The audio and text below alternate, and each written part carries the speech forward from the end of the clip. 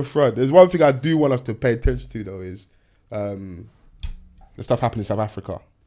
Yeah, with the Nigerian immigrants or migrants. Did you see that? Did you see Burna Boy?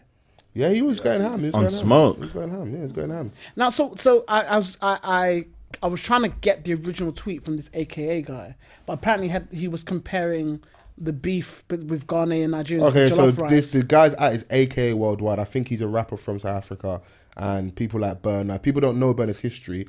Like obviously now he's really popping, but prior to that, he was having to go to different markets to kind of get the energy and the source, and like he wasn't popping Nigeria like how Wizkid and Davido are. Like it wasn't like that for Burna. Burna was going different places, innit? And South Africa was a territory of his that he was going to as well and performing quite regularly. And this person is prominent. I don't know his music, but he's apparently quite prominent in South Africa.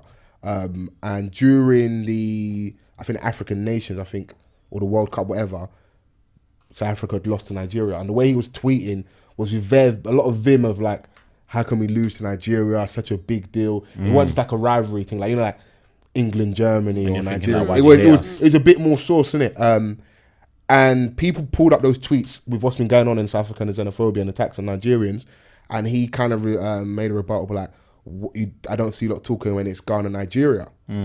Now, for the most part, for our generation, under 30, under 35, the jokes are more about Jollof, who's got a better Jollof. Yeah. You might hear little Ghana must go back, but the history behind that is a bit murky. And there has been some real political tension between both nations. So there were Nigerians, I think, in the 60s that were kicked out of Ghana. And the same thing happened later on, I think in the mid-80s, early to mid-80s, when Nigeria did the same thing back with migrants between the two countries, isn't it? So, but that's not to start competing with what's happening in South Africa at all. But I'm just saying a small history lesson that has happened, innit? So there is a weird tension between the two nations. Now, in this day and age now, I think there's about 500,000 last count Ghanaians in Nigeria, and there's about I think like around the same number of Nigerians in Ghana, and they cross over quite a lot in it. So it's not as big an issue as it was before. But what's so hurtful to see with regards to what's happening in South Africa? South Africa had a very checkered history with regards to apartheid. Yeah. So to now see these people treating what we would coin as their brothers and sisters in this manner, with I saw a video of someone getting burnt in the street, attacks on shops, truck drivers going on strike saying that they're being undercut by these migrant Nigerian workers, you know, and then the vim they should have for the, I think it's about 7 or 8% like Dutch, French ruling class in South Africa, you now have for your, as I said, brother and sister of Nigerian descent. It's really sick to see. So obviously a lot of people saying, doing the campaign, saying no to xenophobia. You've got Tiwa Savage, you've got Burna Boy, quite a lot of acts saying they're not going to perform there. And then what's then happening on the flip side is businesses that are from South Africa, Nigeria and Zambia are now being looted, and they're having revenge attacks in Nigeria, which is for me counterproductive. Well, it is counterproductive. I get the outrage and the anger. But it's on the wrong person. It's on the wrong person. Directs to the completely wrong party. And if bruv, the fucking officials, bruv, mash work on them, man, because we don't want to admit it, yeah, but this whole fear of like an illegal alien, see like how what's happening with Brexit, how we can appeal to like your lowest common denominator, like your real carnal nature, where it's like that person over there of Eastern European descent, Asian descent, or black descent is the reason why I don't have a job. And really and truthfully, the reason why you don't have opportunities in Northern England, in traditionally working class areas, is because your government's fucking you over. Same thing in South Africa. Your government's fucking you over. There's a reason. Same thing in Nigeria, what's happening.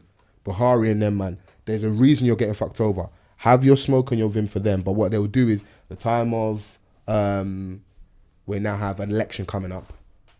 It's a tried and tested method. And even an example I gave of Ghana and Nigeria and their history, those actual terminologies of aliens were used around that time period, innit? Of saying that these people are the reason why you aren't where you need to be in life. They're taking opportunities. So that's what's then happening. These South Africans are already on the breadline, like, fam, them man are struggling. So it's on a parapet, like, they're like, yo, they're the reason. And really and truthfully, no, your government are the reason. And a lot of people don't realise, a lot of nations actually send out calls for we need this specific workers to come in. Yeah. They actually welcome migrants with open arms. Same example of like a It's Windrush. very similar. It's the same. Windrush It's the same in the in UK is like literally same in begged this us, country. Yeah, said yeah. come over, we'll give you passports. You're part of the It's part of the British because they Empire. know. It's because they know paying foreign laborers is cheaper than paying those that are already in the country. And also Nigeria, if I'm right, has got one of the biggest populations in Africa. Bruv, listen. There isn't one corner of this earth you will not find at least one Nigerian man. If you go to the South Pole, there is at least one Kunle chilling saying, listen, Baba, I'm here. Every corner. Brother, when I was watching one of them border force shows in like Thailand and Asia, a man are getting nicked for drugs and that, and I'm like, Kunle, what are you doing over here, bro? What's going on? You here? Certain states in Nigeria is bigger than certain countries. But managers were everywhere in it, so our influence is wide is, and I don't know I don't know how to point my finger on it, but like there is a certain like ingenuity about us and like work ethic in it. Well, like wherever we go, you'll find someone of us that is making money and trying to do their thing in it. And I think that's what's happening in South Africa, and these attacks have now happened. And yeah, we need to. Basically it's like a Brexit, basically, like maybe not on the same level, but I was saying to the point where like South Africans are like, Nigerians are taking all our jobs. Essentially, on that level, exactly. Because you imagine going to house, you're seeing successful businesses that are from people that don't look like you or speak like you, and also it doesn't help that you've got, I think it's the deputy chief of police saying really inflammatory things. So of course the authorities are sanctioning this behaviour, and that now fans the flames, and then the attitude then becomes action eventually, and it spills into the street. Now, I have seen the guy's quite prominent in politics over there, Julius Malema, was quite... I love what he said, where like, yo, these are our brothers and sisters, like, this should not be happening, innit? And if you know about Nigeria and South Africa's history, especially with Mandela and like giving people passports, bringing them over to Niger, giving them safe passage. There was a time period that was like, these are like these really mad borders created by the white man with regards to Africa. A lot of nations didn't really have that. You could move quite freely in it, but obviously shit changes, and those colonial lines, where I feel like the continent's still in its infancy, because how long ago did Nigeria and Ghana become, like, in inverted commas, independent? It actually wasn't that long ago. It's like our parents' lifetime. So it's gonna take. These are like we're just getting our first tooth now. So these are the growing pains. It's really annoying to see, but it also shows that like, bro, we're getting fucked over, but it's the people in power. The common man, those South Africans have got way more in common with the Nigerians there. But this is the thing. They're actually you're almost fighting a mutual friend. Yeah, because man ran from Nigeria for a reason, bro. They ain't better opportunities there also. If it was lit in Nigeria, man would have stayed. Literally. So nice. It's really sad. I was like, I don't know what to say, and then I'm seeing stupid conversations on the internet where people are trying to make it like a competition. Oh, why are all these Nigerians acting like it's only them? It's happened to Zambians. There's a lot of us. Our voices are loud. We have a lot of prominent people in like entertainment, in sport, and this is very recent, innit? You're going to speak what's happening directly to your people, innit?